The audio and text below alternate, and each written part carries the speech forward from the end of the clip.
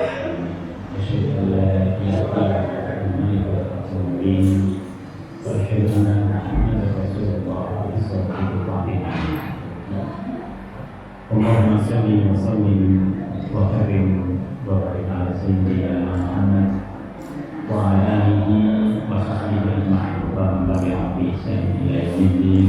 Yang sama-sama berkaitan warna-warna Sidiria, keluarga, para pengurus PKM Sidiria, para pengurus majelis taklim, para sesepuh, baik yang datang dari Pastorwidi maupun dari tempat yang lain, termasuk yang di luar Jakarta, dan semoga Allah SWT menjadikan kehadiran kita ini sebagai wasilah untuk berbagai kebaikan-kebaikan yang bisa kita laksanakan, memudahkan semua urusan dan semua kegiatan yang kita lakukan, dan semoga Allah SWT menjaga semua doa-doa kita serta menjauhkan kita dari berbagai musibah dan kesulitan. Amin ya rabbal alamin. Pagi ini insyaallah akan melanjutkan kajian surah Yunus ayat yang pertama. Surah Yunus ayat yang pertama. Mari kita baca bersama-sama beberapa ayat yang menjadi tema dari kajian kita pada kesempatan kali ini. A'udzu billahi minasy syaithanir rajim. Bismillahirrahmanirrahim. Alif lam ra. Tilka ayatul kitabil hakim. Akana lin-nasi 'ajaban an awhayna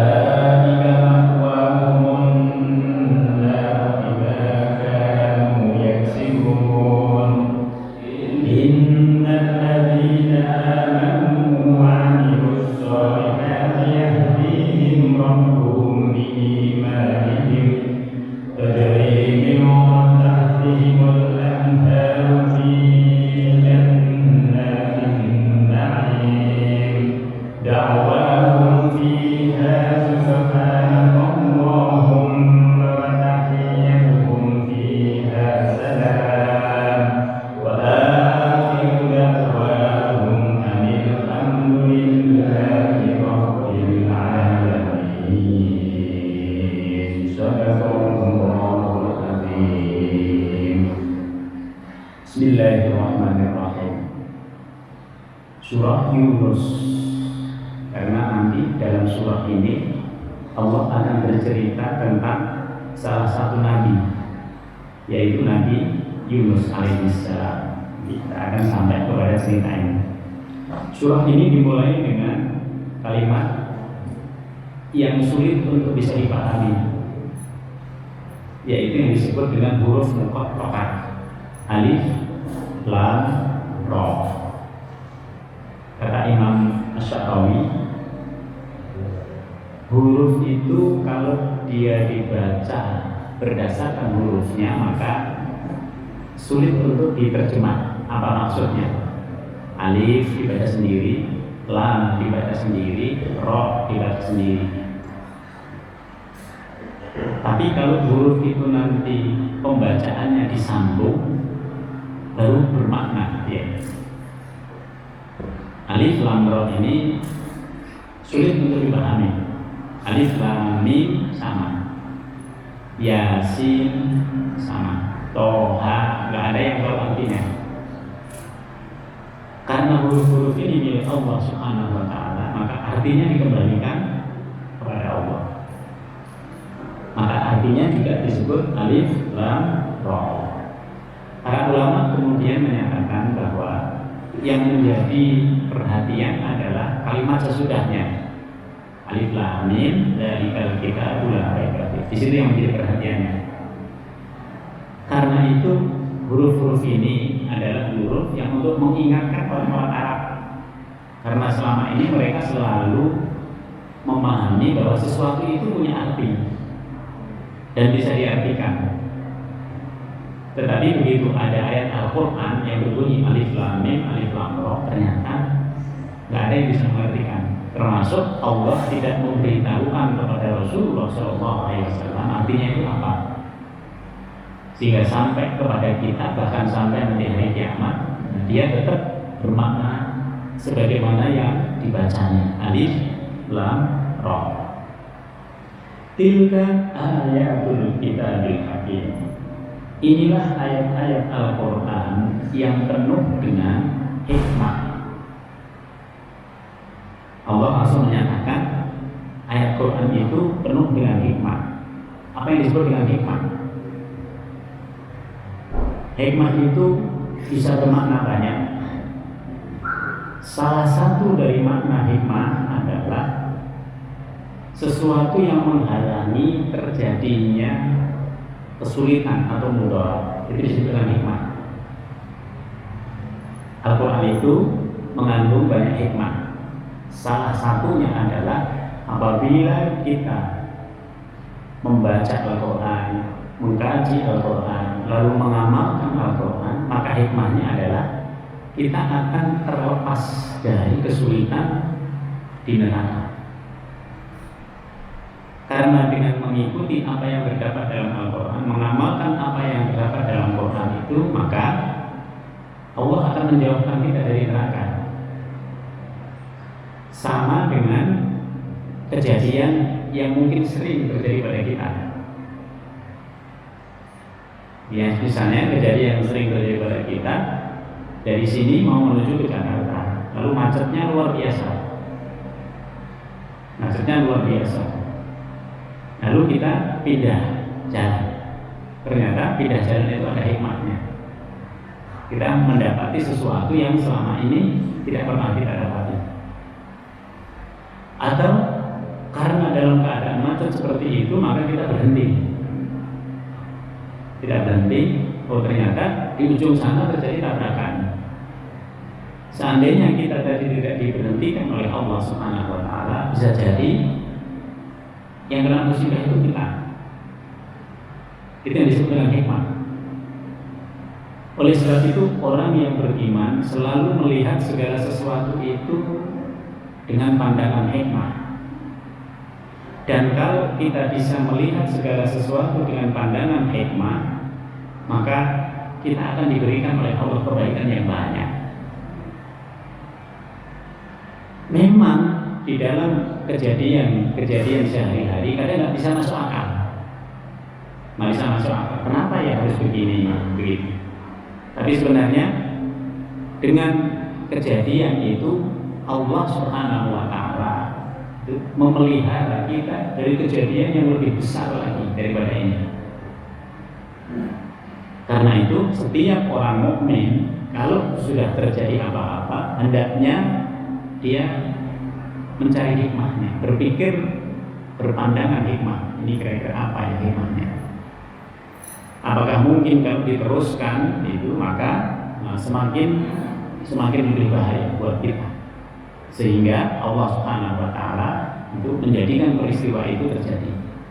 Nah, ini yang disebut dengan hikmah. Al-Qur'an juga begitu. Al-Quran itu dalam setiap ayatnya itu mengandung petunjuk dari Allah Subhanahu wa taala. Dan petunjuknya itu tidak satu. Hari ini kita dapati sesuatu dari Al-Quran, nanti begitu ibu bapak pergi ke tempat yang lain belajar pada ayat yang sama mendapatkan sesuatu yang berbeda. Tapi apapun yang didapat dari petunjuk Al-Quran itu nanti ujung-ujungnya semuanya mengandung hikmah. Al-Quran itu akan menjauhkan kita dari berbagai kesulitan dan kemudaratan, terutama nanti setelah kita berada di akhirat. Lalu setelah itu Allah Subhanahu wa taala melanjutkan firman-Nya, "Akana lin-nasi ajaban." Pantaskah manusia itu bersikap heran? An auhayna ila rajulin minhum, bahwa kami memberi wahyu kepada salah seorang lelaki di antara mereka. Lelaki itu adalah Nabi Muhammad SAW. Kita tidak mengalami orang-orang Quraisy itu nggak mau menerima agama Islam bukan karena agamanya, tapi lebih karena yang membawa agama Islam ini adalah Muhammad. Jadi mereka enggan untuk menerima ajaran agama Islam itu bukan karena Islamnya, tapi mereka bertanya-tanya kenapa Muhammad. Padahal mereka tahu itu siapa Muhammad. Mereka tahu orang yang paling menjaga kesucian, orang yang paling jujur, orang yang paling segala-galanya di Mekah itu Muhammad. Tapi ketika Nabi Muhammad dipilih oleh Allah Subhanahu wa taala untuk menerima wahyu Al-Qur'an, mereka nggak mau terima. Nah, ini sering terjadi pada manusia. Kita juga sering iri sama orang. Kita sering melihat orang, kenapa dia? Gitu. Kenapa bukan saya? Kayaknya lebih pantas saya daripada dia. Misalnya gitu. Padahal ketika Allah memilih kita untuk berperan sebagaimana kita, itu ada hikmah di dalamnya. Jadi kalau kita mendapati orang mendapatkan karunia, kita bertanya kenapa dia? Kayaknya saya lebih pantas. Gitu. Tapi kalau ada kejadian yang buruk, kita bertanya, kenapa mesti saya? Nah, di situ. Kenapa bukan orang lain? Nah, di situ. Maka untuk menetralisir dua pandangan ini, yang satu iri, yang satu kita tidak bisa menerima terhadap takdir dari Allah Subhanahu wa taala, kita harus berpikir hikmah. Ya Allah, mungkin ada hikmahnya, kita nggak tahu. Jalanin aja kehidupan ini. Jalanin aja dengan penuh kesabaran. Jalanin aja kalau enak dengan penuh kesyukuran. Artinya beribadah tetap. Jangan sampai ibadah kita itu terganggu pada hal-hal yang pernik-pernik dunia tadi. Kadang kita sedih, kadang kita bahagia, lalu kemudian menjadikan ibadah kita itu naik turun juga. Harusnya semua kejadian apapun yang ada di dunia ini itu nggak begitu ngaruh pada kita kalau iman kita itu kuat. Maka orang yang imannya kuat itu nggak kelihatan lagi sedih apalagi bahagia, ini ibu ini nggak kelihatan kok begitu terus ya, karena imannya konstan. Tapi yang satu lagi mudah banget kelihatan. Oh, kalau lagi begitu berarti kantongnya lagi kosong bapaknya. Nah, gitu. Oh, kalau lagi bahagia banget berarti ada sesuatu ini. Nah, gitu. Jadi mudah ditebak. Nah, di situ orang mukmin itu konstan dalam keadaan seperti apapun. Nah, dia begitu. Nah, ini tentu perlu latihan, perlu kita biasakan dalam kehidupan kita sehari-hari. An-amdirin nas, yang orang laki-laki itu nanti diperintahkan oleh Allah untuk memberi peringatan kepada manusia. Jadi ini Nabi Muhammad ini ketika ditunjuk oleh Allah Subhanahu wa taala sebagai rasul, ada satu orang yang sejak awal itu dia sudah bertanya, yaitu Umayyah bin Sa'd. Umayyah bin Sa'd ini adalah nabi palsu yang ada di Taif. Dia jalan bersama Umar ke Syria, ke daerah Syria berdagang. Lalu dia bertanya, Umar, ini di Mekah ini bakal muncul nabi ini sebentar lagi, karena dia mendapatkan informasi itu dari jin. Makanya dia nabi palsu. Lah kamu kan bukannya udah jadi nabi? Iya, saya nabi palsu. Nah, kenapa kamu menjadi nabi palsu? Kalau nggak begitu saya nggak dihormati oleh orang-orang di Taif. Ini di Mekah ini sebentar lagi akan ada. Kira-kira menurut kamu siapa nabinya? Umar menjawab, yang pantas itu 2 orang. Bukan Umar, ini adalah siapa namanya? Abu Sufyan. Lalu Abu Sufyan ini menjawab, yang pantas itu 2 orang.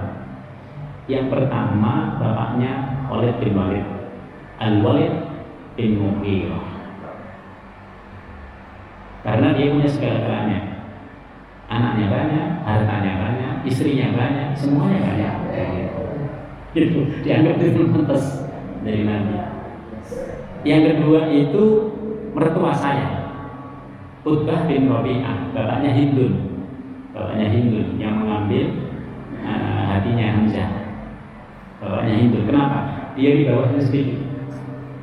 Jadi orang Mekah itu yang paling berpengaruh 2 orang ini. Umurnya berapa mereka? Umurnya sudah di atas 50 tahun. Oh enggak, ini Nabi ini seumuran engkau kurang lebih 40 tahun. Kira-kira siapa? Baru sulit saya kalau gitu. Begitu dia pulang ke Mekah, Muhammad menyatakan dirinya sebagai Nabi. Lalu dia datang ke Taif lagi. Ternyata Muhammad yang menyatakan diri sebagai Nabi itu. Lalu dia tanya, apakah dia nggak ada bapak sama ibunya sejak kecil? Iya. Apakah dia orang yang terpercaya di situ, nggak pernah melakukan hal-hal yang buruk, termasuk minum-minuman keras, main perempuan dan sebagainya? Iya, benar. Kalau engkau bisa menyediakan dirimu menjadi orang dekatnya Muhammad, engkau akan menjadi orang yang mulia sejak awal. Tapi dia nggak mau. Jadi sebenarnya Nabi itu banyak orang tahu. Khadijah radhiyallahu anha itu jauh sebelumnya sudah tahu, karena ada orang Yahudi ketika Nabi masih berumur 20-an tahun itu, orang Yahudi mengatakan bakal ada Nabi di sini. Lalu Khadijah itu melihat siapa kira-kira yang berpotensi menjadi Nabi. Salah satu yang dilihat oleh beliau adalah Muhammad. Lalu dia ngirim anak buahnya untuk mengikuti Muhammad. Apakah benar sifat-sifatnya? Ternyata benar. Maka nanti Khadijah adalah orang pertama yang menyediakan diri untuk menjadi landasan bagi datangnya Nabi. Sementara Abu Sufyan adalah orang yang pertama itu sudah tahu bahwa dia itu Nabi, tapi dia yang akan menentangnya. Ini 2 hal yang berbeda. Maka di sini dikatakan an-amdirin nas wa basyiril ladzina amanu.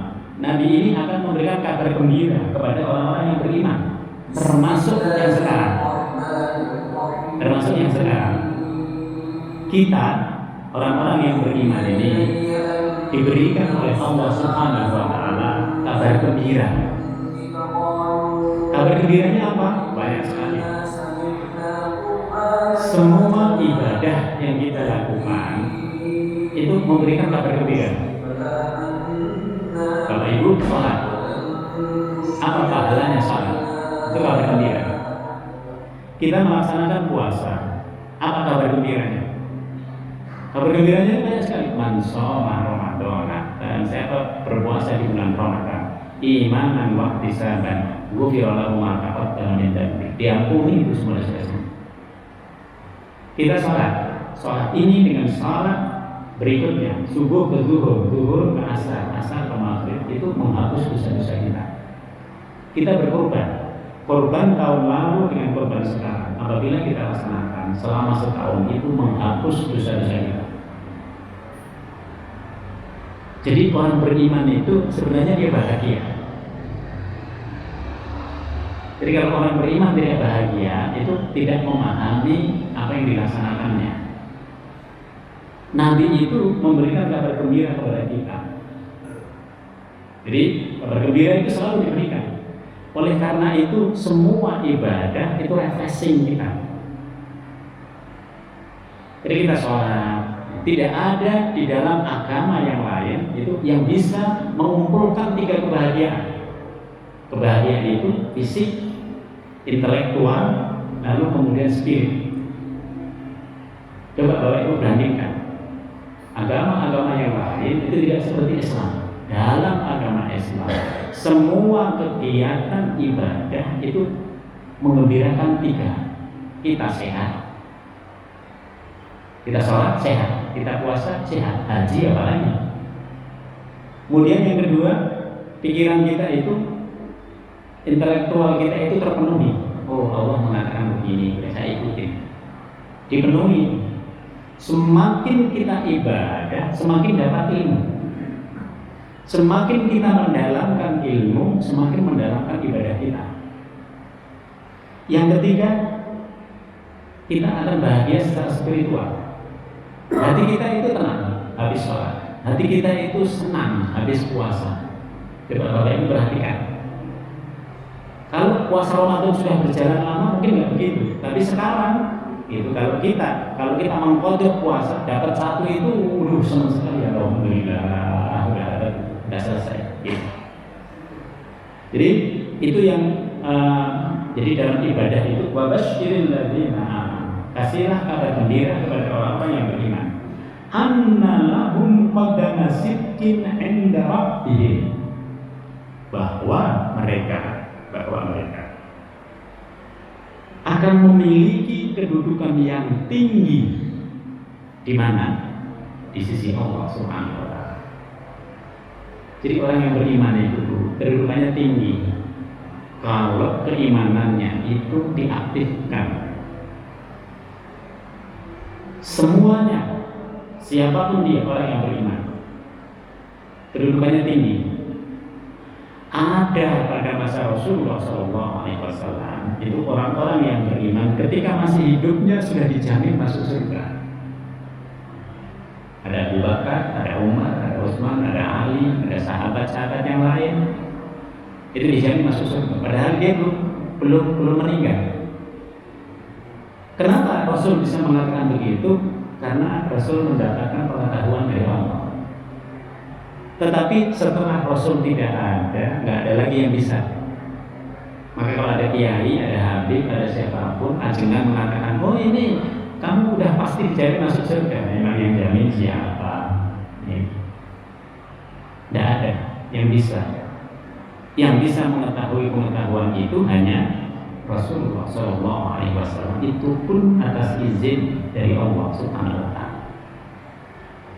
Artinya apa bagi kita? Bagi kita bahwa kehormatan yang paling tinggi yang akan diberikan oleh Allah kepada orang yang beriman itu sesuatu yang pasti.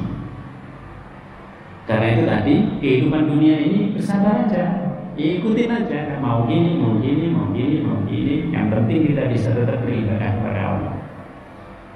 Bahwa kita dunianya naik turun, iya. Bahwa kegiatan kita kadang maju, kadang mundur, iya. Kadang bahagia, kadang agak sulit, iya. Tapi semuanya itu jangan menurunkan kualitas daripada ibadah kita. Karena kita akan dijamin oleh Allah Subhanahu wa taala itu akan diberikan kedudukan yang tinggi. Keadaan seperti ini, apa pandangan orang kafir? Qala kafiruna inna hadza lasahirun mubin. Kata orang kafir, sungguh Muhammad ini benar-benar pesihir, tukang sihir ya. Kenapa dikatakan tukang sihir? Karena Al-Quran yang dibacakan oleh Muhammad itu kalimatnya adalah kalimat yang bisa membuat orang yang mendengarnya berubah pikiran. Al-Quran itu kalau kita dalami secara makna itu hati kita itu langsung masuk ke hati kita. Oleh sebab itu maka nggak ada orang bosan baca Al-Quran. Nggak ada itu. Hari ini kita baca, besok baca lagi, sehari kita baca 2 kali, 3 kali, itu indah aja. Itu Al-Quran. Tapi coba ibu bikin buku, baca lagi bukunya itu, baca terus setiap hari. Bosan nggak? Ibu baca 10 kali nggak bosan. Tapi Al-Quran tidak. Itu bedanya firman Allah dengan sesuatu yang dibuat oleh manusia, dengan karya manusia. Maka orang-orang kafir itu mengatakan ini sihir. Sihir itu sesuatu yang mengelabui kita. Maka ada orang yang tidak beriman mengatakan kamu dibohongi oleh agama kamu. Gitu. Kamu dibohongi oleh agama kamu. Kamu sendiri dibohongi oleh pikiran kamu, lebih bahaya lagi. Gitu. Maka kalau sudah Quran dan segala-galanya.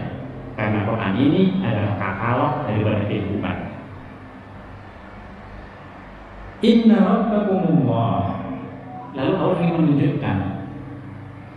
ingin menunjukkan bahwa bagi Allah Subhanahu wa taala mudah untuk memilih satu orang sebagai rasul untuk menyampaikan apa yang menjadi firman-Nya kepada manusia. Itu mudah bagi Allah Subhanahu wa taala. Yang pertama, inna rabbakumullah alladzi khalaqas samawati wal ardha fi sittati ayyam. Yang pertama, Allah itu telah menciptakan langit dan bumi ini selama 6 hari. Fi sittati ayyam. Gitu. Sebagian ulama lalu mengartikan ini adalah 6 periode karena harinya itu tidak sama dengan hari yang ada di dunia. Ibu menjalankan 1 hari berapa lama? 24 jam. Nanti di akhirat 1 hari itu berapa lama, Bu? Dalam surah Al-Hajj dikatakan 1 hari di akhirat itu sama dengan 1000 tahun kita di dunia. 1000 tahun. Umur kita berapa, Bu? Ya, katakanlah 100 tahun lah dikasih bonus, ya kan? 100 tahun sehat walafiat, ya kan enak, ya. Jangan 100 tahun sakit-sakitan, repot. 100 tahun sehat.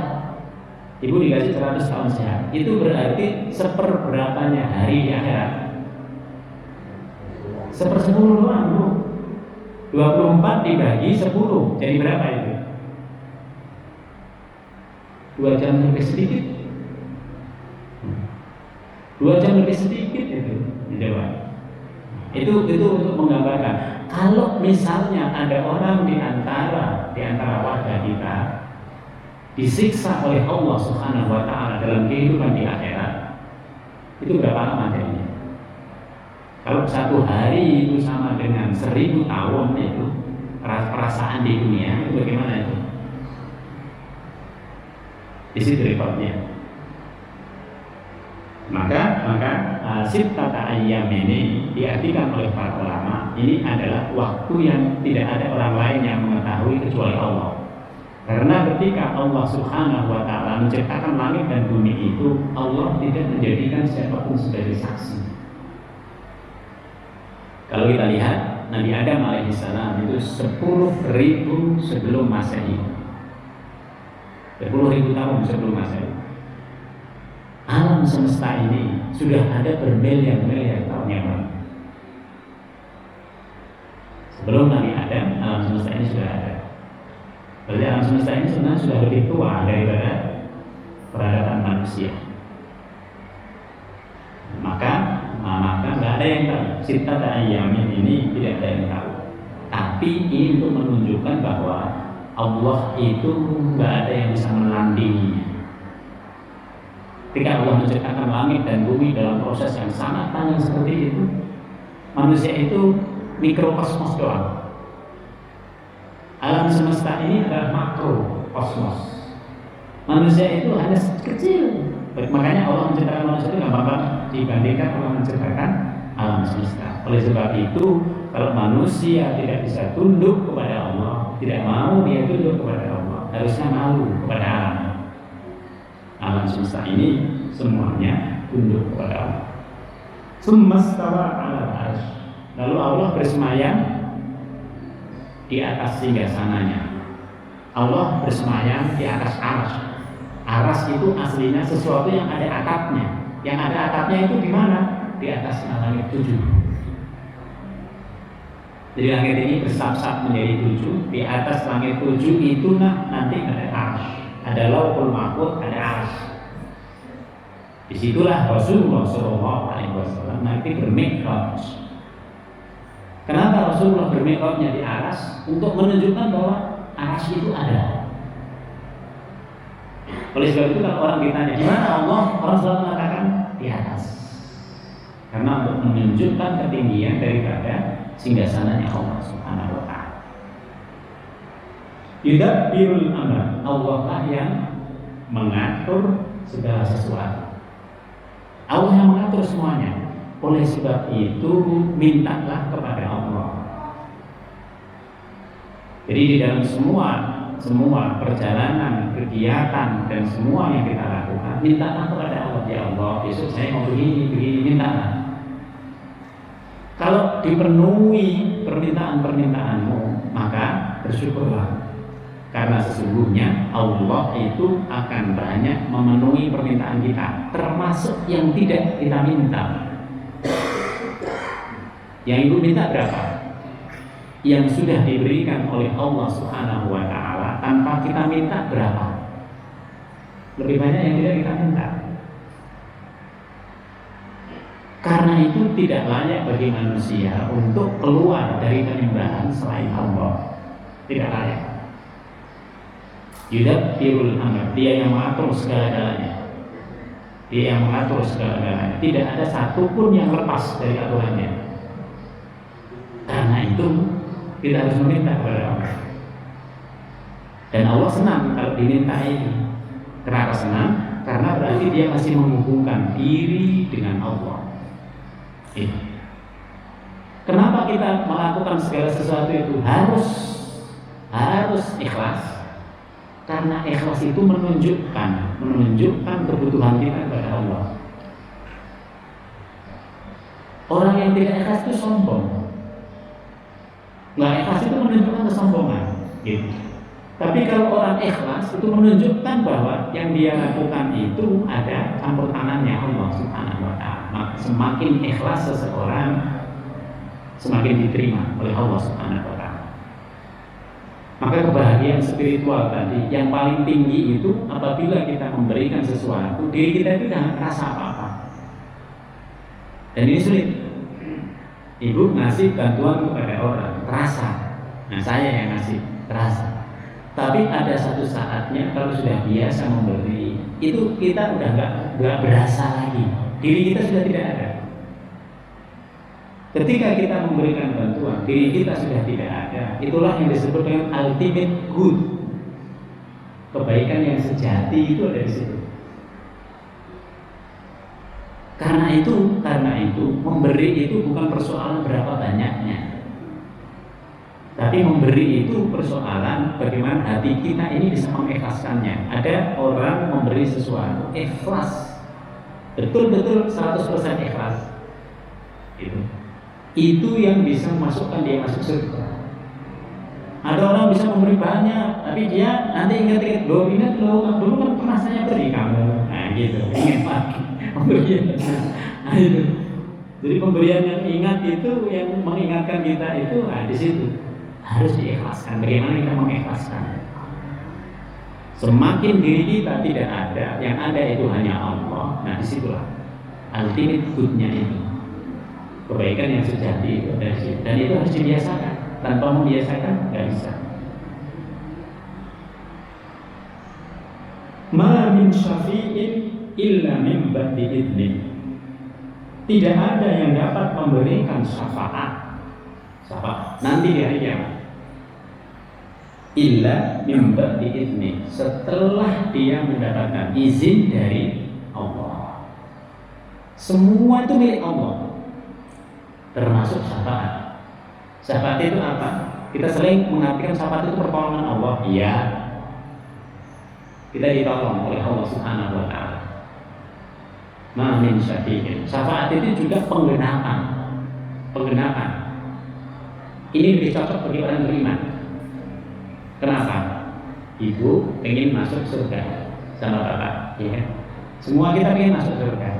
Tapi ternyata nggak genep ini kita masuk surga, masih kurang sedikit. Gitu. Lalu diberikan syafaat oleh Allah melalui Rasulullah SAW. Lalu kita menjadi masuk surga. Gitu. Atau syafaat itu diberikan oleh anak-anak kita. Anak kita yang pandai Al-Quran, yang ahli Quran, itu nanti bisa memberi syafaat kepada bapaknya, ibunya, gitu. Yang hafal Al-Quran itu memberi syafaat. Dari mana syafaatnya? Dari Allah kepada Rasul, Rasul kepada anak-anak kita. Atau yang memberikan syafaat itu adalah sholat kita. Jadi sholat kita itu bisa memberikan syafaat. Oleh sebab itu sholatlah yang benar, gitu. Sholat yang benar itu yang mana? Yang betul-betul karena Allah, gitu. Yang betul-betul karena Allah. Selain sholat, puasa kita itu juga bisa memberikan syafaat. Coba, karena kita sering puasa, maka puasa itu nanti akan minta kepada Allah, ya Allah, ini orang ini ahli puasa ini, maka masukkan dia surga apapun dosanya. Itu yang disebut dengan syafaat. Syafaat itu tidak bisa diberikan oleh Allah Subhanahu wa Ta'ala kecuali nanti kepada Rasulullah SAW. Semua umat datang kepada nabinya, nggak bisa ngasih syafaat. Yang diizinkan hanya Rasulullah SAW. Kok orang nggak percaya sama Muhammad? Gitu. Muhammad itu apa sih? Gitu. Jadi di sini nanti menjadi anomali. Sayang kalau orang tidak mengetahui Nabi Muhammad SAW, karena beliaulah yang menjadi penyampai dari semua wahyunya Allah Subhanahu wa Ta'ala kepada kita. Maka semua orang Islam yang berbuat baik, Nabi Muhammad itu dapat kebaikannya. Karena itu kebaikannya tidak terlampaui oleh siapapun. Sama dengan kita punya anak-anak kita ini menjadi anak-anak yang baik. Semua yang dilakukan oleh anak-anak itu orang tuanya dapat, tanpa mengurangi kebaikan yang ada yang diberikan oleh Allah kepada anak-anak kita. Coba. Maka karena Allah ini maha segala-galanya, memang kita harus minta kepada Allah. Dzalikumullahu rabbukum fa'buduh. Oleh karena itu kita wajib menyembah Allah, kita wajib hanya beribadah itu kepada Allah. Karena itu dalam surah Al-Fatihah dikatakan iyyaka na'budu, sembahlah dulu Allah. Lalu setelah menyembah, mintalah kepada Allah. Oleh sebab itu Nabi mengajari kepada kita, kalau mau apa-apa, sholat. Sholatnya apa? Sholat hajat. Itu. Sekarang ibu mau pergi, ya udah sholat syafaat. Lalu juga sholat hajat. Ya Allah, saya punya kebutuhan begini. Sholat hajat. Ada orang datang kepada kita minta bantuan, Pak, minta bantuan gini. Nah, sholat aja. Sholat hajat, lalu berdoa. Sholat, habis sholat, iya karena butuh baru minta, ya Allah, orang ini datang kepada saya minta begini, saya nggak bisa ngapain. Kan gitu, kan kita bukan dukun, bukan apa, ya kan? Kita bukan nggak bisa ngapain, minta kepada Allah. Lalu sampaikan kepada Allah. Kalau ada air, dikasih air. dikasih minum. Itu sudah menjadi wasilah yang mendekatkan kita kepada Allah. Karena itu kita harus sambung kepada Allah. Semakin kita sering sholat, semakin kita sering beribadah kepada Allah, itu semakin mudah. Itu semua yang ada di kita dikabulkan. Semakin mudah. Bapak Ibu lihat aja, saya yakin masing-masing kita sudah punya pengalaman. Semakin kita banyak beribadah, karena komunikasi kita dengan Allah itu dekat, maka mudah. Ya Allah, semoga begini, benar. Semoga begini, benar. Semoga begini, benar. Gitu. Jadi semakin banyak itu kenikmatan yang diberikan oleh Allah Subhanahu wa taala. Afala tadhakkarun. Maka apakah kamu tidak mengambil pelajaran? Ambillah pelajaran dari apa yang sudah terjadi pada masa Nabi Muhammad SAW. Orang-orang yang menjauh dari Islam tidak semakin baik. Kalaupun dunianya ini mereka masih baik-baik saja, itu akan menjadi bahaya bagi akhiratnya.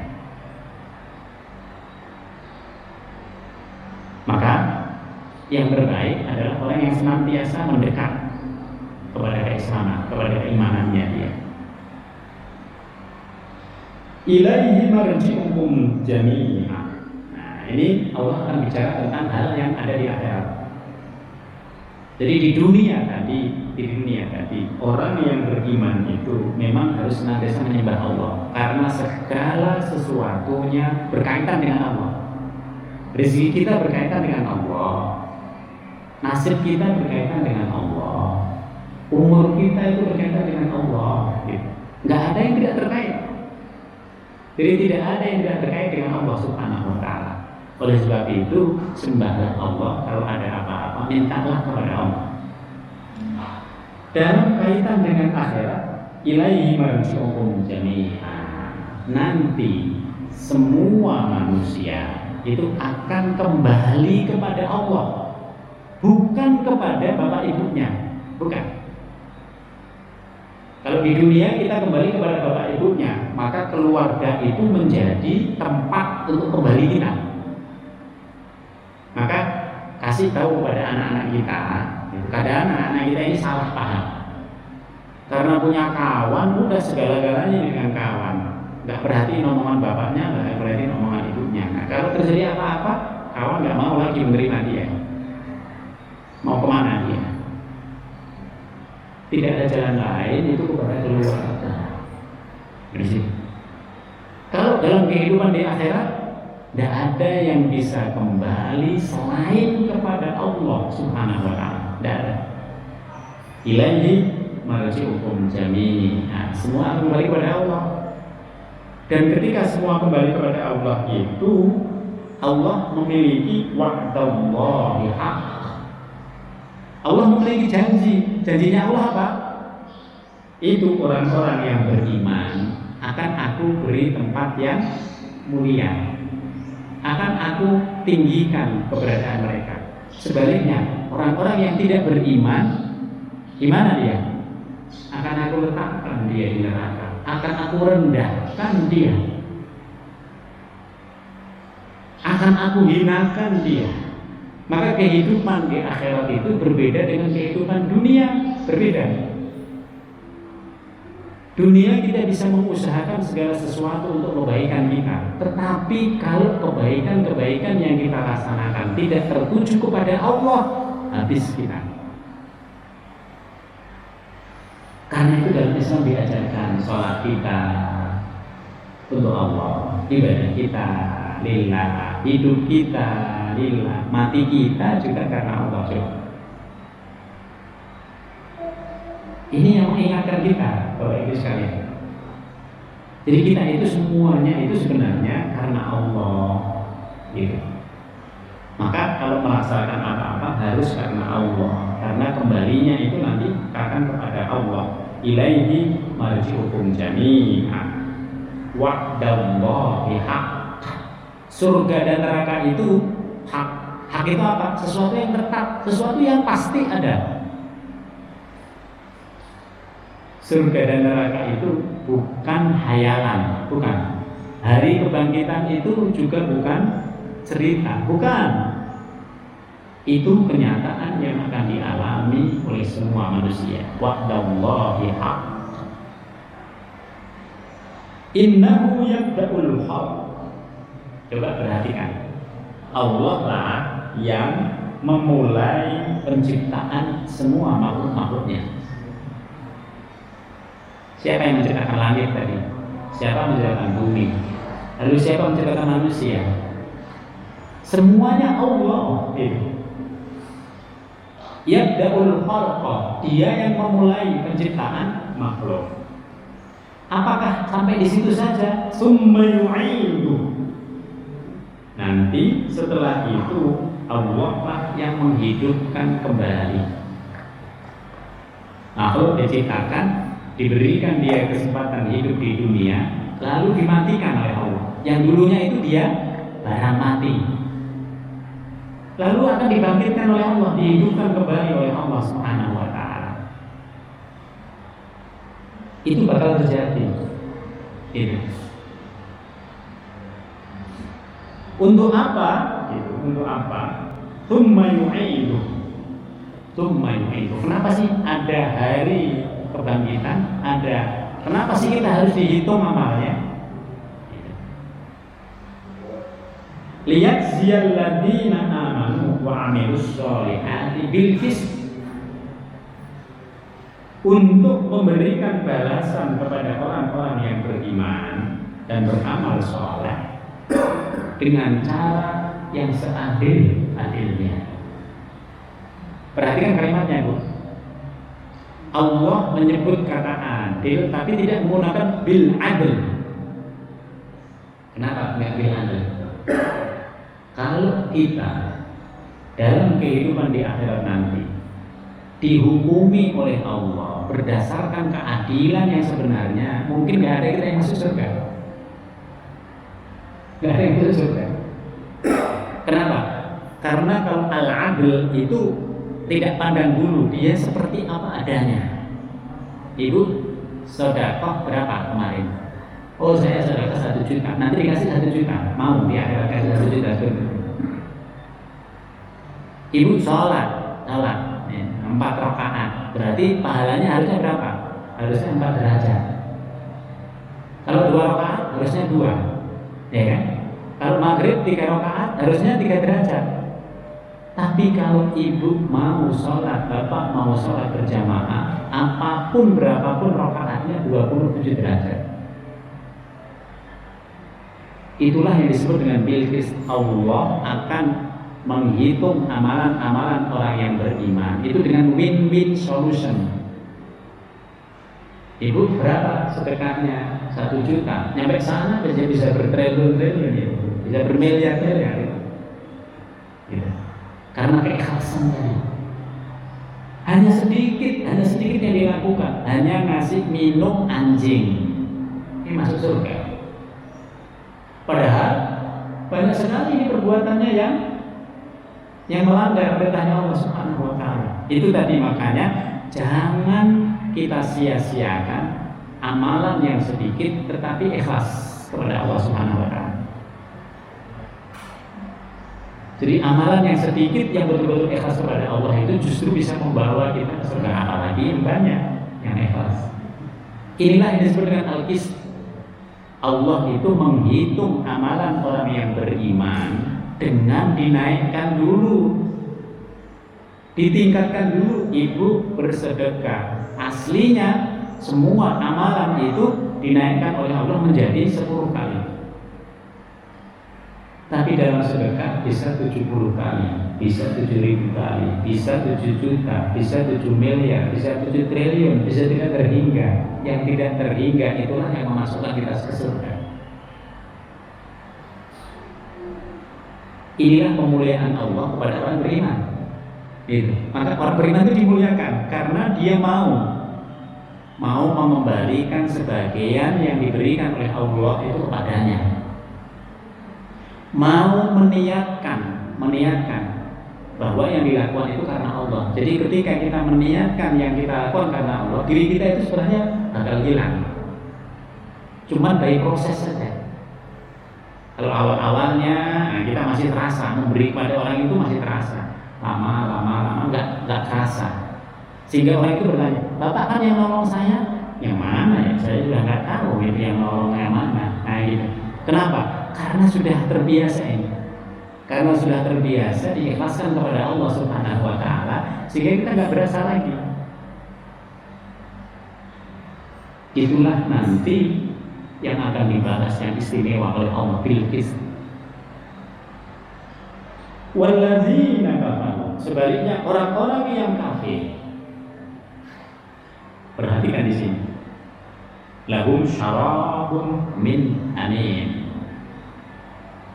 Langsung oleh Allah Subhanahu wa Ta'ala tidak disebut, mereka akan dihitung itu berdasarkan apa. Lalu di sini langsung tertuju kepada adabnya. Dia akan diberikan oleh Allah Subhanahu wa Ta'ala minuman min hamim, dari air yang mendidihnya itu pada puncak yang tertingginya. Ini dengan hamim.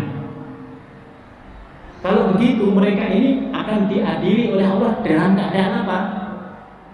Allah nggak nyebut Bilqis. Kenapa Allah nggak nyebut Bilqis? Inilah Quran. Dan para ulama mengatakan ketika tidak disebut Bilqis seperti itu, maka pengadilan Allah kepada orang-orang yang tidak beriman itu akan berlaku sesuai dengan faktanya. Dia mencuri, apa hukum mencuri di situ diberlakukan, tidak lebih, tidak Allah. Dia berzina, hukum berzina, tidak lebih dari hukuman zina. Tapi kalau bapak ibu dari berbuat baik, dapatnya apa bu? Berbuat baik 1 juta, dapatnya 1 juta? Enggak. Ibu tolong orang, akan dikasih pahala segitu? Enggak. Akan dinaikkan oleh Allah Subhanahu wa Ta'ala pahalanya. Inilah kemuliaan Allah Subhanahu wa Ta'ala kepada perbuatan baik, perbuatan yang ditujukan kepada Allah Subhanahu wa Ta'ala. Berbeda dengan orang yang melanggarnya. Orang yang melanggar ketentuannya segitu. Dari situlah orang semuanya mengatakan Allah itu tidak pernah berbuat aniaya. Yang berbuat aniaya itu sesungguhnya manusia sendiri. Maka di sini tidak disebutkannya, tidak disebutkan al-qistu di sini karena hukuman kepada orang-orang kafir yang musyrik kepada Allah itu segitunya saja. Segitunya pun sudah sulit. Sulitnya apa? Minumannya yang biasanya seger-seger sekarang dikasih yang mendidih. Mendidihnya itu pada puncak yang tertingginya.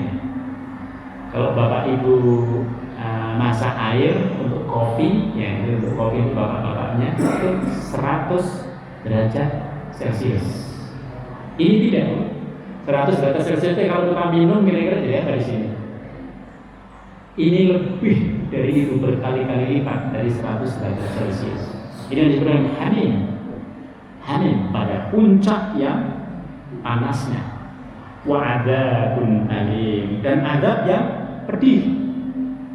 Kenapa disebut pedih bu? Adab itu bermacam-macam.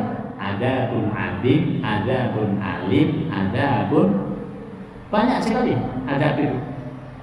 Adzabun mukim, banyak sekali adab. Kenapa alim? Kenapa adab yang pedih? Karena dulu di dunia dia menggunakan semua yang dikaruniakan oleh Allah itu dengan bangga. Oh lihat itu orang-orang yang beriman, miskin-miskin, nih minuman saya ini. Mereka minumannya apa? Air putih. Saya enggak. Nah, itu. Mereka makanannya apa? Saya makanannya berbeda dengan mereka. Karena mereka mendapatkan semua kenikmatan itu melampaui orang beriman, nanti akan dibalas sesuai dengan yang melampaui. Yang melampaui dari kita. Maka di sini disebut adzabun alim, adab yang pedih. Yang pedih karena dulunya dia berbangga-bangga di dunia, sekarang nggak bisa lagi. Dimakan, itu semua disebabkan oleh kekafiran mereka, keingkaran mereka, tidak maunya mereka meniatkan semua yang dilakukan karena Allah. Tidak mau mereka beriman kepada Allah Subhanahu wa Ta'ala. Nah, sampai di sini Bapak Ibu sekalian. Harapannya semoga kita menjadi orang-orang yang terus beriman, menambah keimanan kita itu dengan hidayah dari Allah Subhanahu wa taala. Dengan begitu nanti akan menambahkan kedalaman ibadah kita. Itu yang kita harapkan. Semoga semua keluarga kita, anak-anak kita juga tidak ada yang keluar dari keimanan, sehingga mereka nanti bisa bersama-sama kita di dalam surganya Allah Subhanahu wa taala. Demikian, mari kita tutup dengan bacaan doa. Bismillahirrahmanirrahim. Alhamdulillahirabbil alamin. Hamdan na'imin, hamdan syakirin, hamdan yuafi ni'amahu wa yakfi. Ya Rabbana lakal hamdu kama yanbaghi li jalalika al-karim wa li sultanik. Allahumma barik lana fi masjidina hadza wa barik lana fi usratina wa barik lana fi dzurriyyatina wa barik lana fi ulumina. Rabbana innaka 'afuwwun karim tuhibbul 'afwa fa'fu 'anna. Allahumma adfa'na al-bala wal waba wal faqr wa al-marad wa al-masa'ib wa al-humma. Rabbana hab lana min azwajina wa dhurriyyatina qurrata a'yun waj'alna lil muttaqina imama. Allahumma ja'al jam'ana hadza jam'an mubarakan marhuma wa taqabbal min ba'dihi taqabbal ihsan al-ma'sum. Subhanakallahumma wa bihamdika nasyhadu an la ilaha illa anta nastaghfiruka wa natubu ilaik.